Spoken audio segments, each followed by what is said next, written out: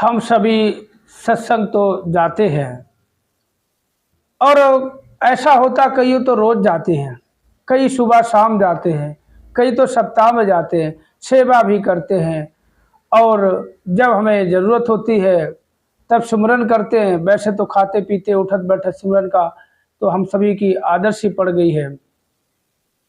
तो क्या हम सत्संग जा रहे हैं तो उसका हमें लाभ मिल रहा है या नहीं मिल रहा है? मतलब जितना हमें लाभ मिलना चाहिए, जो अवस्था हमें प्राप्त होनी चाहिए, क्या वो अवस्था हमें प्राप्त हो रही है? तो ये हमें कैसे पता चलेगा? अगर चाहें तो ये आप खुद ये मालूम कर सकते हैं कि हमें सत्संग जाने से पूरा हमें लाभ मिल रहा है। जो हमें सत्संग जाने से हमें मतलब जो लाभ होना चाहिए, जो अवस्था प्राप्त होनी चाहिए, क्या उस अवस्था को हम प्राप्त कर रहे हैं या नहीं? तो ये कैसे पता करें?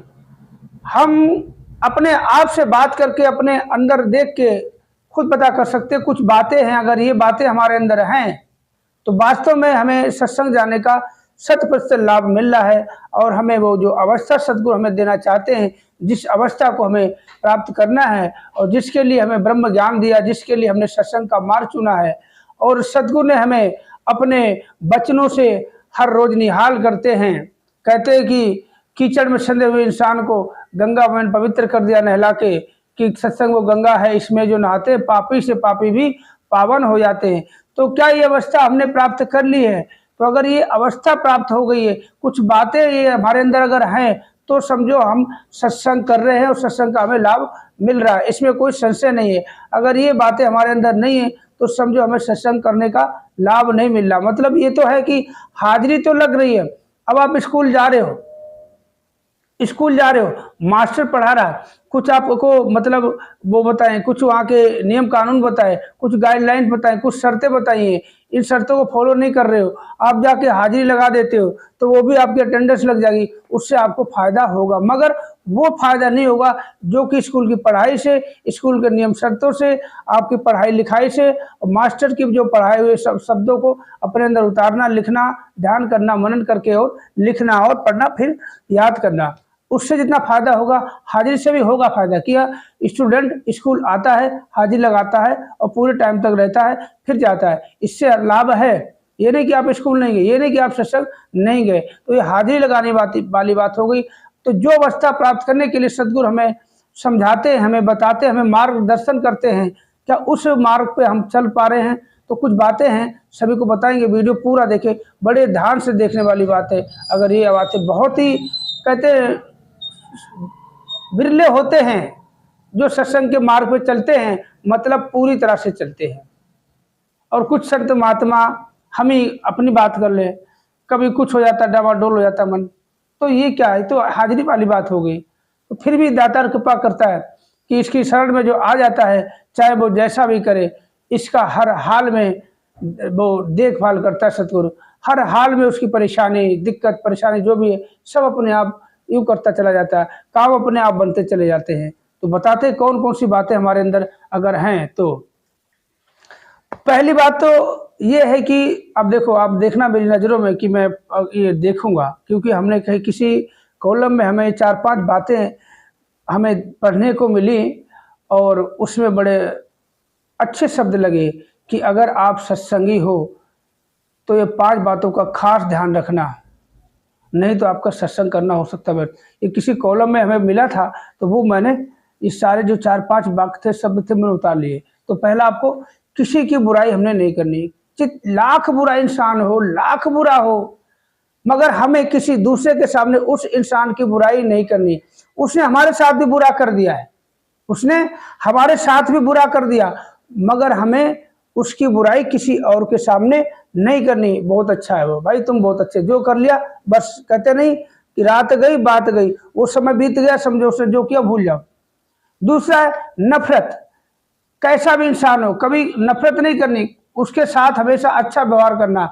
अगर आपको लगता है नफरत के लायक है, ये प्रेम के लायक नहीं है, इससे तो दूर रहना चाहिए, फिर भी उसके करीब जाओ, उसकी यथायोग्य सहयोग करो, मदद करो, उससे नफरत नहीं करो, प्रेम ही प्रेम बरसाओ। जिस तरह से सतगुरु कभी कुछ नहीं पूछता, क्या जात है, क्या पात है, क्या गारा काला है, क्या गोरा है, क्या लंबा है, क्या टिंगू है, मतलब क्या बुरे कर्म करके आया, क्या अच्छे कर्म करके आया, किसी को काट मार के आया, सबको अपने शरण में लेता है कि इंसान जो बुरा था वो वहाँ था और यहाँ जो चल के आया है वो एक अच्छा इंसान चल के आया है, ये मेरे चरणों के लायक है और सभी को अपने चरणों में जगह देता सतगुरु। ऐसे कहते किसी को किसी की नफरत नहीं की।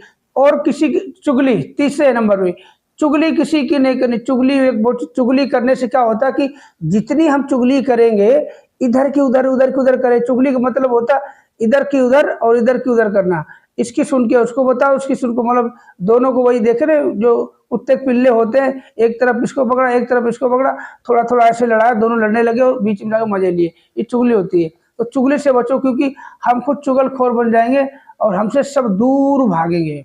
चाहे कोई अच्छा इंसान हो चाहे बुरा, सबके सब हमसे दूर भागेंगे। चौथा है, इंसान हो चाहे जानवर हो चाहे पशु हो चाहे पक्षी हो, सभी से आपको प्रेम करना है। ये नहीं कि हम निरंकारी संत महात्मा ये सत्संगी उस संस्था से हैं, उस संस्था से वो भी सत्संग जाते तो हमारे गुरु भाई बहन होंगे, इनसे नहीं। बाकी जितने जानवर हैं पशु पक्षी सबको एक समान प्रेम करना, सब पे दया भावना दया की नज़र रखनी है और सबको यथायोग जरूरत पे उनका साथ देना। बहुत से ऐसे जानवर हैं, सड़क छाप इंसान, कुत्ते बिल्ली भेड़ बकरी, बहुत से ऐसे घूमते रहते हैं, गाय भैंसे बहुत लावारिस तरह, तो उनको अगर सामर्थ्य है तो उनको कुछ खिला पिला सकते हो। आखिरी बात कहते धैर्यवान जरूर बनना। अगर आपने सदगुरु पे कोई अरदास की है, सुमरन किया, कुछ भी किया है, तो धैर्य जरूर रखना। आपको लगता कि मैं बहुत बुरी उसमें सिचुएशन में फंस गया, अब कैसे, तो आप अरदास कर दो, मगर ये नहीं समझना कि अभी हमें निकल जाना है, मगर आप निकल जरूर जाओगे। धैर्य रखना। अरदास करी हुई, अरदास कहते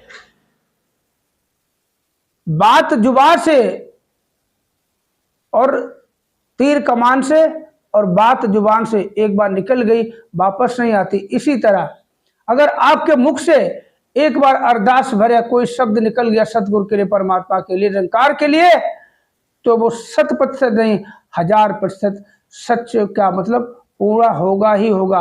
अगर आपने कह दिया ये काम मेरे से नहीं है, दाता सच्चे पातशाह सतगुरु माता जी ये सब आप ही करना, मेरे बस की कुछ नहीं है, बस जरिया मात्र तूने बनाया है और वो भी जरिया पूरा अपना काम नहीं कर पा रहा है। हे सच्चे पातशाह सतगुरु माता जी, जो तूने सामर्थ्य दिया है, जो तूने धन दिया है, जितने मैं लायक हूँ मैं कर रहा हूँ, बाकी तू नहीं करना, करण करावन हार तो सब कुछ तूने करना माता जी, सब तूने करना है, मेरे बस की कुछ नहीं। मैं तो बस एक वही होगा, पिंगला की तरह हो गया, कुछ कर नहीं सकता, अब क्या करूं, अब तो तू जाने, तेरा काम जाने, सब कुछ तूने ही करना है, मेरे बस की कुछ नहीं। मैंने तो हाथ खड़े कर दिए, कान पकड़ लिए, ये धन बैठक कर रहा तेरे सामने माता जी, तूने करना, अब तू जाने तेरा काम करना, तू जाने तेरा काम जाने, सब तूने करना, क्यों साहब सब तेरी संतान है, तू जाने तेरा काम जाने। साथ संगत जी प्यार से कहना धन का जी। तो निरंकारी संत महात्मा भाई और माताओं चढ़ो प्यार भरा नतमस्तक होकर धन का जी। और जो मेरे मित्र भाई सबका सभी को मेरा प्यार भरा नमस्कार। वीडियो कैसा लगा कमेंट करके जरूर बताएं। चैनल पे पहली बार चैनल को सब्सक्राइब जरूर करें।